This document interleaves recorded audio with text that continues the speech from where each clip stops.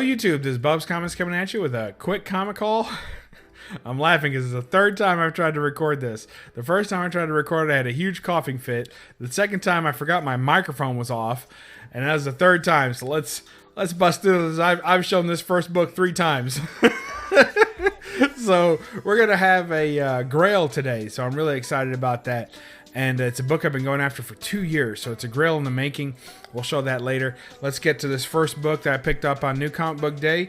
We got Black Cat number 10 with J. Scott Campbell art, and check out his Black Cat. Now, if you're a fan of the channel, if you've watched most of my videos, you'll know that I'm not a huge J. Scott Campbell fan. I do have several of his works because he is a cheesecake artist. There's no doubt about that. But I don't have a lot of it, and I'm certainly not like an indiscriminate J. Scott Campbell lover. I think his little cat and mouse noses, whatever they are absolutely horrible, and sometimes his legs go on for days. But I think something about the way Black Cat's mask is positioned on her face kind of forces him to have to draw a proper nose. So if you see right from where the black part of the face is, right, black part of the mask, down to where normally his mouse nose would be, that would all be blank space if he drew that normally. So he had to draw in the nose. So I think that he gets pigeonholed in these, and it looks great. It's much better than normal, if you will, J. Scott Campbell art. So, and of course, J. Scott Campbell Wolverine, we've seen that before. It's not terrible. It's certainly not the best, but it's not as bad as Liefeld. So we'll take it. Next, we've got, and this was a book. So a lot of times I do my pre-orders. I do my pre-orders 2 months ahead for 35% off discount on mycomicshop.com. That is just what makes sense to me. And the reason that I do that, and I'll go through it real super quick. My main reasoning for using mycomicshop.com for my pre-orders is that with 35% off, that takes a lot of these books. I mean, what was that, a $4 book? I mean, really? I don't want to pay $4 for that. So 35% off takes a big old chunk out of that book, makes it under $3, and that makes me happy. So one of the reasons that I like to do that is not just for the price, but also because once you have a pre-order list going with mycomicshop.com, you can add any book that you buy, almost any book. Consignment books don't count, and auction win books don't count. But any other book that they have in their backlog of books, in their back issues, you can buy any one of those books, and instead of shipping it to yourself right then when you buy it, if you have a little bit of patience, you can actually ship it to yourself in the subscription service bundle. So I'm paying like $5 or $10 or something for the whole bundle to be shipped. And then I just keep adding books to it every week. Every time something goes on sale, I add more books.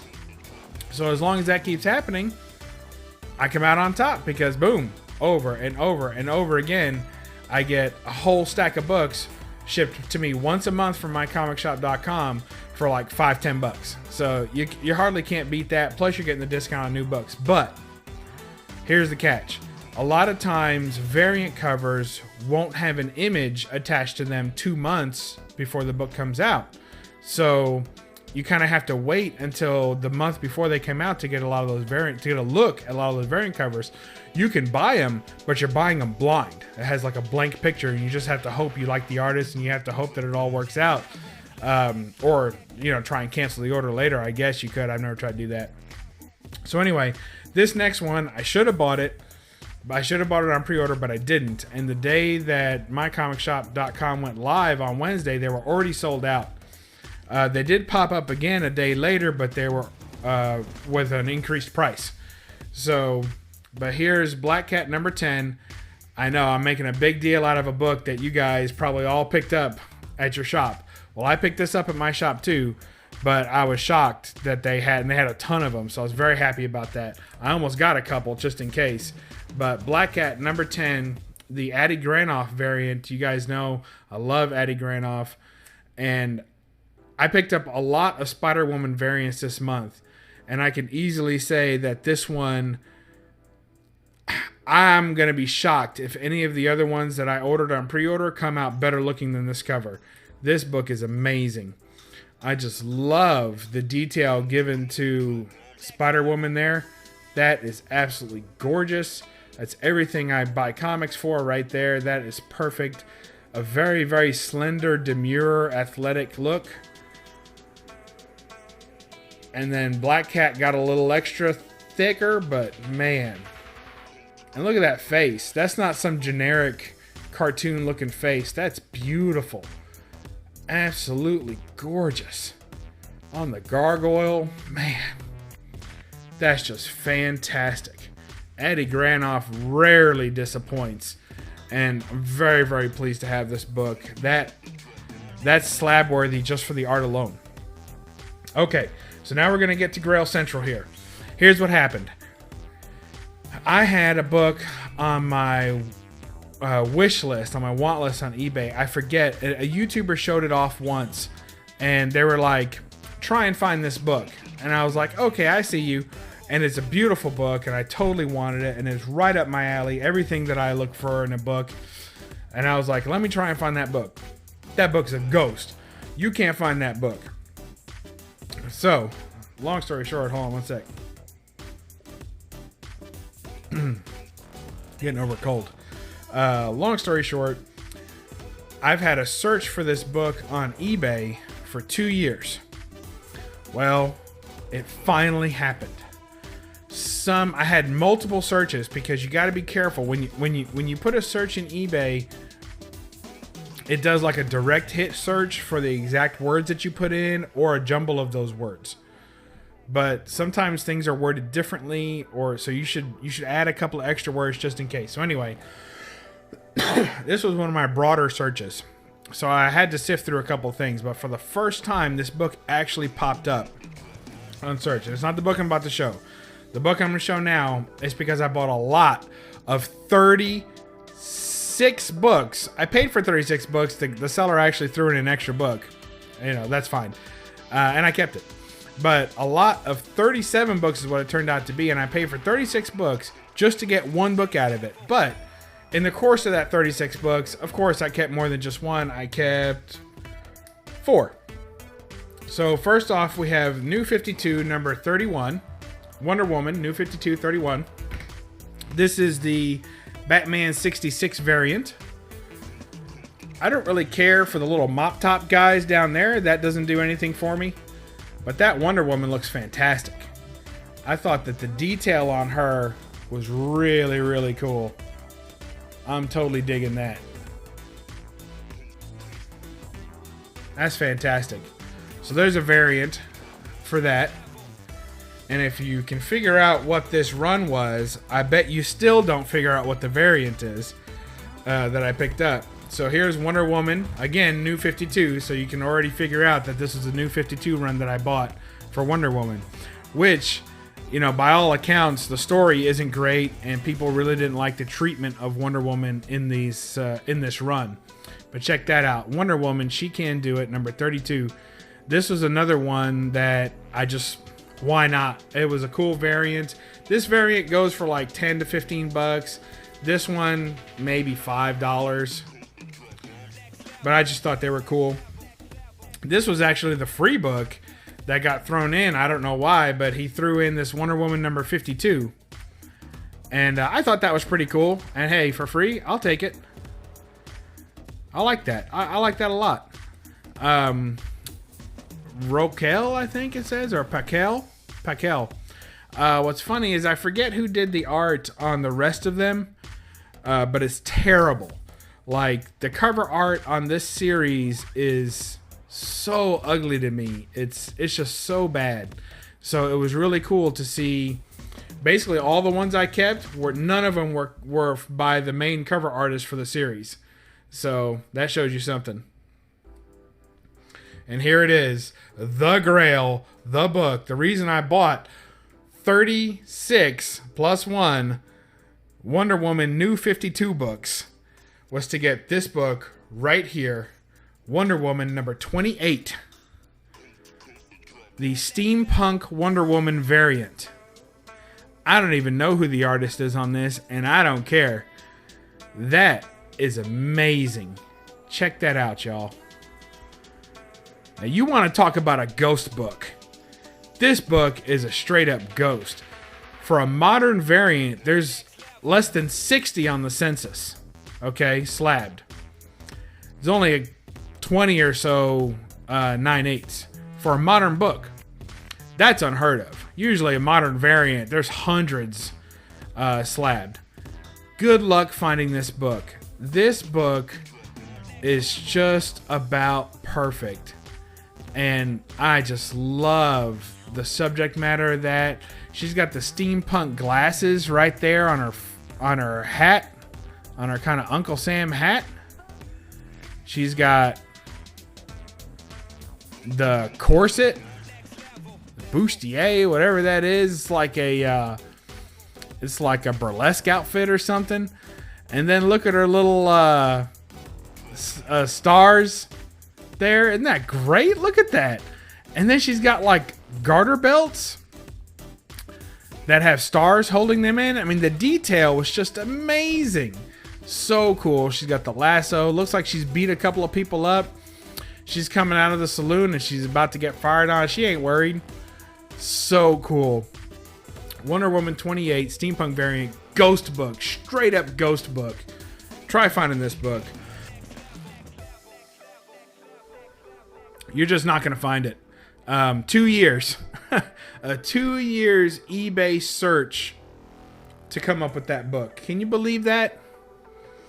How often does that happen? That I waited that long for that book. That's crazy. But I absolutely love it. It's super cool. I paid for it. But when you think about it, I paid for the whole lot. So my price per book was just a few bucks. And when you look at it that way, you know, $3 a book to get a book. This book in a 9/8 is like $600. It's like a $600 book. So no problem there. Now, will this book get a 9/8? All right, it's time for my CGC grading rules, right? So check this out. I'm gonna take it out of the package too. So CGC, based on the condition of this cover. Of course, the pages are white and everything's perfect on the interior. It's absolutely perfect. And the back of the book, which has a small crease that I was going to press, but I'm probably going to leave alone. It's not even a color breaking crease. It's just kind of a fold to the paper, right? But it's non-color breaking, so I can press that out, no problem. This book, to me, should get a 9/8. You know, heck, it should almost get a 10. But there is one flaw to this book that will hold it back from being a 9/8, and therefore I'm probably not even going to send it in because I'm already not going to agree with the grade I get, so why waste my money? And that is, it has a reading crease. Can you see that white? All along the edge of the book. Right there. Can you see that? So the whole edge of the book has a reading crease. Okay? Now, and you can even feel it when you touch it on the side of the book. Obviously not in the bag. But when you touch it on the side of the book, you can feel it.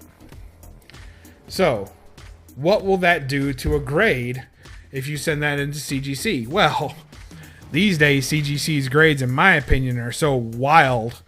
They're overgrading, undergrading, that they don't seem to be following their own rules, it seems, anymore. So honestly, if you sent it in, there's no telling what you'd get. But if they followed more traditionally what they usually do, they would call that a full-length color breaking crease, a full-length vertical color breaking crease. That's what they would call it, as if there was a big subscription crease right down the middle that broke color. That would get the same grade as a reading crease on the spine. I think that's ridiculous, because there's no way that a crease down the middle of the book is the same as a crease on the spine. That's just, those two things do not equate. But to CGC, they do. If you sent this in, my belief is it would get a max 7 and probably a 6. So I think they would grade it anywhere from 6 to 7 because they consider that a full-length crease. Now, I've seen 9.2s, 9.4s come back from CGC, and they'll have a spine crease. Maybe the grader didn't see it. Maybe it wasn't as pronounced as this one. But most of the time, especially if you see it in the notes, if they put, spine crease in the note, then it's going to be a 6 or a 7. If it's full length spine crease, they treat it just as if you had a whole crease right across her face. That's ridiculous. So because of that, of course, that's very hard to see when you're buying a lot of books. Literally, I bought a lot of these books. This was one of 37 books. So, and there was a picture of it, but it wasn't even the featured picture. Could you believe that the guy had probably what would have been a $600 book in this condition, other than that crease? Would have been a $600 book buried on like picture number 4. That's crazy. So, he featured the number 1 issue of New 52, Wonder Woman New 52 issue number 1. That was the featured book. It's like, that was the first picture. So anyway, I've gone on a little bit of rant. I thought this was going to be a short video. Didn't turn out so. But I just wanted to throw a couple of things at you. One, super happy to have this Grail. Absolutely love it. Been looking for it for 2 years. I mean, if that's not a Grail, it's a ghost book for sure. And if you had to pony up and pay for the 9/8 version, you're going to pay upwards of $500 to $600. So that's already a problem. And they don't even come up for sale. Like, this book doesn't exist hardly. Though the other issue is that when you're buying eBay, don't go by the picture only. If it says lot, dig a little deeper and look for all the pictures. If you still don't see the book you're looking for, look in the comments. Sometimes there'll be a lot that I'll buy. It'll say 50 books, and then it'll only show pictures of 10 books. But if you go down and read the description, it'll say all the books that are in there. And if the book that you're looking for is in there, maybe the price is right and you take a chance. The other thing I wanted to make sure you guys knew was about the mycomicshop.com deal, where you can pre-order your books through there, and then also have the ability to combine shipping and throwing in all the other purchases that you make throughout the month, and then having them all come at once for barely any shipping at all. And the last thing I want to talk about was how CGC would grade this book, because that's wild. Tell me what you guys think in the comments below. Do you use mycomicshop.com for your pre-orders? Do you use anything? I think Midtown also gives you a 35% discount. My LCS gives you a 15% discount. That's too low, in my opinion. Maybe it's 20%, but even then, that's still too low. And I don't pre-order everything. I just pre-order a couple of titles, a couple of artists that I'm pretty sure I'm going to want. And then I still go to my LCS and I pick books up off the rack. Like I did this week, I picked up 2. So that's how I balance it out. And then tell me what you guys think about my CGC grading of this. I think it would get a 6 to a 7, maybe a 6.5 to be safe, but I think it would max out at a 7, even with the rest of it looking 10. What do you think of that? Do you disagree with me? Do you think that they would grade this differently than I've graded it? Maybe you've sent a few books in and you've got big creases along the side and it came back with a good grade. So let me know. So that's it. Hope you all appreciate that. And we'll catch you next time on BUB'S Comics. Read a comic and remember, don't apologize. Ooh, that's a big one. For the glare. Bye-bye.